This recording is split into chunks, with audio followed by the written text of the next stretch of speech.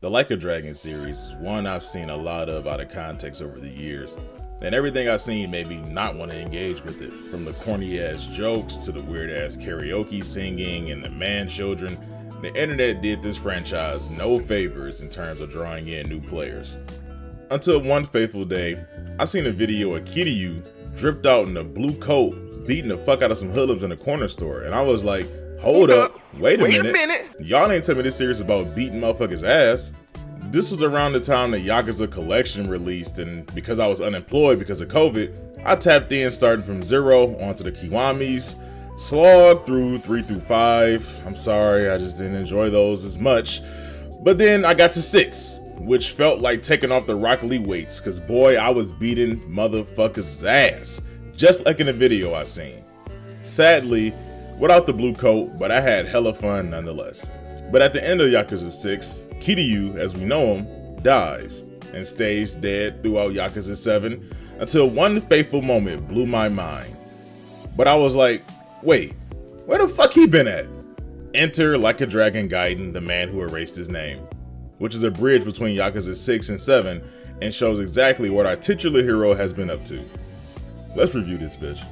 Gaiden follows the usual Yakuza trope of JORYU in a stinky winky situation and he gotta punch his way out, whether if he likes it or not. In this case, he definitely doesn't, considering he had to fork over his name, status as a living man, and the ability to see his friends and family all over to the Daidoji Foundation, who under new management cuts a deal with JORYU to fake his death and protect him and his family if he stays silent about the schemes the faction got into in Yakuza 6. So in this game, he goes on missions for the Daidoji Foundation, but one in particular goes awry and JORYU is once again caught up in the affairs of the Yakuza world, and the decisions he makes in Sotenbori will affect his and the Sunflower Kids' lives for the rest of their lives. I'm such a good writer, man. The new characters introduced in this game are very fleshed out, and you have a very clear idea of their motivations and why they do what they do. Especially Akame, who you get to go on little dates, hangouts with, akin to Persona, and you get to learn everything there is to know about her life and how she came into power. Also, big shout out to newcomer Nishitani for basically being like Frieza in this franchise. He's just a sadistic, evil dude just because. There's no other reason, and I fucking love that shit. Because of this new setting with the Daidoji, JORYU is a badass secret agent, getting a suit, gadgets, and a whole new fighting style wholly separate from his street brawling from the past. His strikes are more tactical, his movement is more sleek, his defense is more reactive, and he can just blow you the fuck up. Now, Gaiden is like a traditional Yakuza game, combat and exploration wise, and like I stated before, JORYU has gadgets which consist of auto drones, rocket shoes, a spidey web, and an explosive cigarette. All of them suck when you first get them, and if not upgraded quickly, they will be forgotten about, at least for me. While I was doing side quests, I kept leveling them up, but still mainly focusing on the heat actions and combos, so around 70% completion of the game in extreme heat mode, I did this. And I'm like, god damn, these shits always been this strong? I'm not joking. It takes 2 out of the 4 upgrades for each gadget for them to become extremely useful, which is great because Gaiden will throw 8 to 10 niggas at you to fight. And yes, you can just beat them to death or pick up an item off the street, but you're not getting the most out of this game. I mean, you can really set up some nasty shenanigans with these goddamn gadgets. My favorite is throwing a cigarette and then stunning the opponent with drones until it blows their fucking legs off. It's funny every time. Despite gadgetry though, JORYU does have another style of fighting, which is very familiar. It's his Yakuza brawler style, or like Yakuza fighting, whatever. It's the one you know and love. It has the normals and the finishers, and then you can get the double finisher, and extreme Hu mode is back. So mash that fucking square button and punch the fuck out of somebody. The one addition I really enjoyed in this game is the revamped sub-story system. See, JORYU was linked up with Akame. Akame is linked up with the hobos. And as we all know, hobos know everything in the Yakuza world. So because of her network and her 24/7 surveillance, she can see what happens in town and also has a little system set up where people can put in requests for help. And there are a lot of strange ones from the people in this town. From a struggling content creator looking for his big break, to a pauper worker who just needs a day off. Even down to a golden samurai roaming the streets, There are plenty of goofy antics to break the tension of Kiryu's struggle in the main story. But the best part is you can start all the side quests at the same time via Akame in the menu, and then you can just run around and complete them all, go back to her and get some more. I think it's better than the old method because I'm lazy, but I understand why other Like a Dragon boomers would disagree. You know, they love running around and just discovering something randomly, and I definitely get the appeal.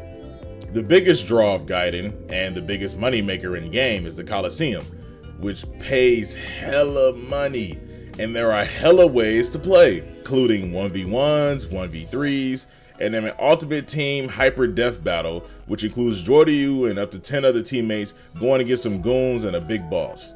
Now for JORYU's team, you can recruit new teammates in all sorts of ways, from side quests to finding them in the Coliseum area.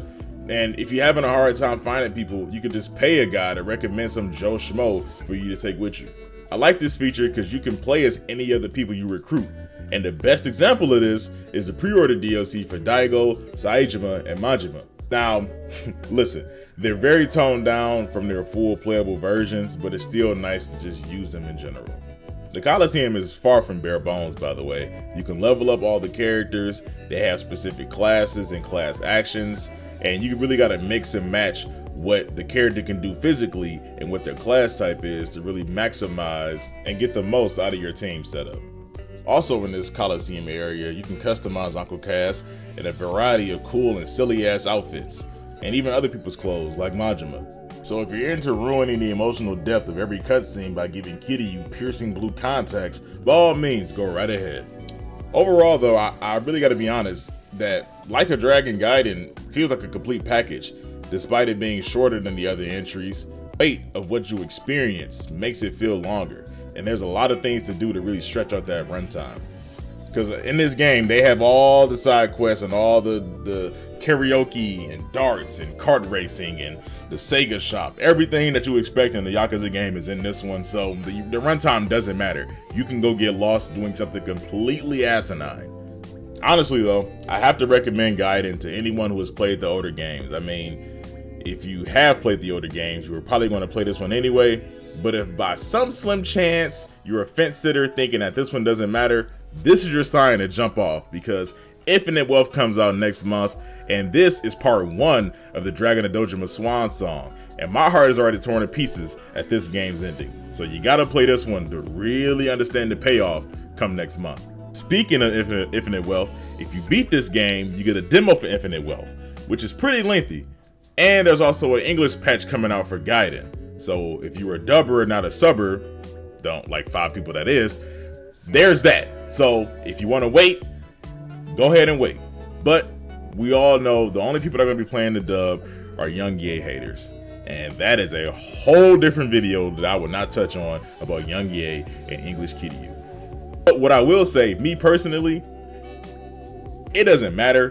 English Kiryu is weird. It does not sound good. If it's the guy from the old game, Young Ye, it just sounds weird. You can't play 9-10 fucking games with him being Japanese and then the guy just comes in, I'm Kiryu Kazuma. It does not work. It doesn't, but whatever. Anyway, I give Yakuza 6.5 a 9 out of 10. Go pick it up now. And like, comment, and subscribe before you do that. My name is JJ701. I'm out of here. Peace.